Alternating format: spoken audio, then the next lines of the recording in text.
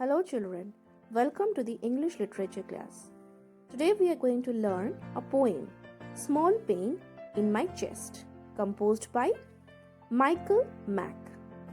Today we are going to learn the first stanza only. So let's proceed.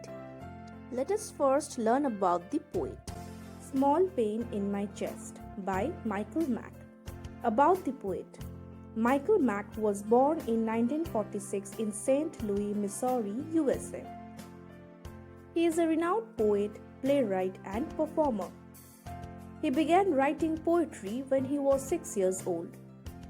He lived in a very small town with little to do, and writing was his hobby. It also gave him a good imagination for his poems.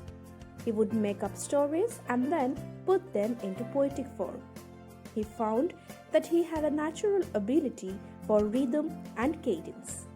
It helped him greatly because it made his poetry flow smoothly. He had served the US Air Force for 5 years. His stint in the Air Force as an aircraft crew chief gave him a lot of fodder for his poetry. He has been awarded the first prize in the Writers' Circle National Poetry Competition and a fellowship in dramatic writing from the Massachusetts Cultural Council, twice in 2005 and 2013. He is now a member of the Florida State Poetry Association. His famous poems includes The Last Words of Mary Dodd, Counting Clouds, The Hallways of My Mind, False Reality, and The Robot. One of his most famous publications is his collection of poetry titled Balladeer, The Poetry of Michael Mack. He writes to entertain and also to put moral lessons into the poetry. Introduction to the poem. Small Pain in My Chest is a heart-rending account of the travails of the soldiers at the battlefield. Without any vitriolic abhorrence spewed on paper, Michael Mack has silently mourned for the unaccountable loss that the Vietnam War entailed. The poet has crafted the anti-war agenda with much poignancy and acute sympathy. The poem takes us directly into the battleground beside a dying soldier who is counting the last few moments of his life. While it provides a vivid description of the battlefield, it evokes a lot of emotions. The reader is deeply moved as he thinks about the horrors of war. Bombs fall suddenly to create big, deep craters in the earth. Men die and their bodies lie scattered in the field. Two soldiers meet. One of them is wounded for a small pain in his chest, and the other helps him with a sip of water, which is all that the dying soldier asks for. We are all in unison against war after reading this anti-war poem, keeping the ravages of war in view. The poem also provides a subtle depiction of those soldiers who somehow manages to survive the war. Their mental and psychological health is tremendously affected when they witness the suffering, the plight, and the death of their fellow comrades. Written in very simple language, the poem consists of 9 stanzas of 4 lines each. It follows a regular rhyme scheme. The first 2 and the last 2 lines of each stanza rhyme. The lines of the poem are rather longer.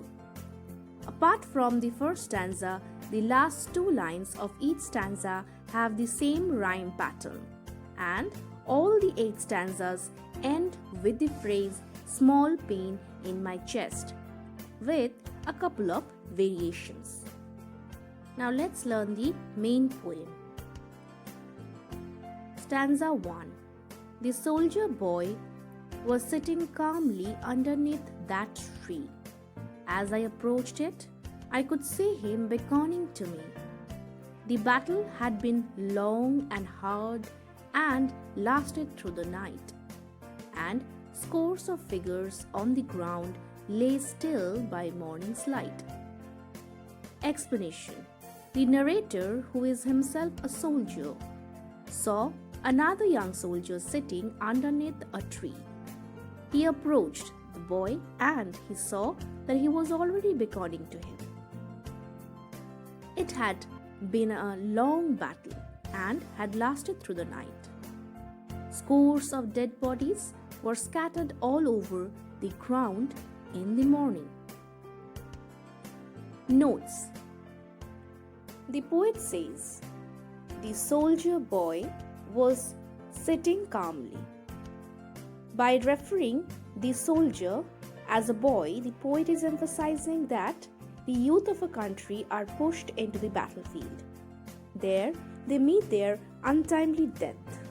The soldier boy is wounded in his chest, for he had been fighting all day and all night, and is presently exhausted and feeling thirsty. Thus, he was sitting calmly. As stated in the first line of stanza 1, the soldier boy was sitting calmly. Next, in the second line, we get the word beckoning. The word beckoning means calling. Next, we get the expression lay still in the last line of stanza 1. Lay still indicates that the other soldiers are lying dead.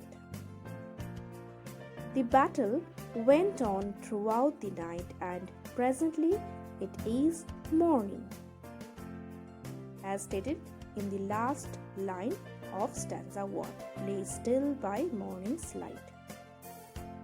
Now let's see what are the figures of speech used in this stanza. First, we get the example of hyperbaton. What is this? It is the use of an inversion of the regular grammatical order in a sentence for poeticality. The expression scores of figures on the ground lay still by morning's light is an example of hyperbaton, as the actual grammatical order of words in this sentence should have been scores of figures lay still on the ground in the morning's light. Next figure of speech used in the stanza is polysyndeton. It is the repetition of a conjunction. The conjunction and is repeated in the phrase long and hard and lasted. Next is alliteration. What is this? It is the use of the same letter repeatedly in the beginning of consecutive or closely placed words. In the phrases through the and that tree, the letter T is repeated. So children, this is all for today. In the next video, we will be discussing stanza 2. Until then, have a great time.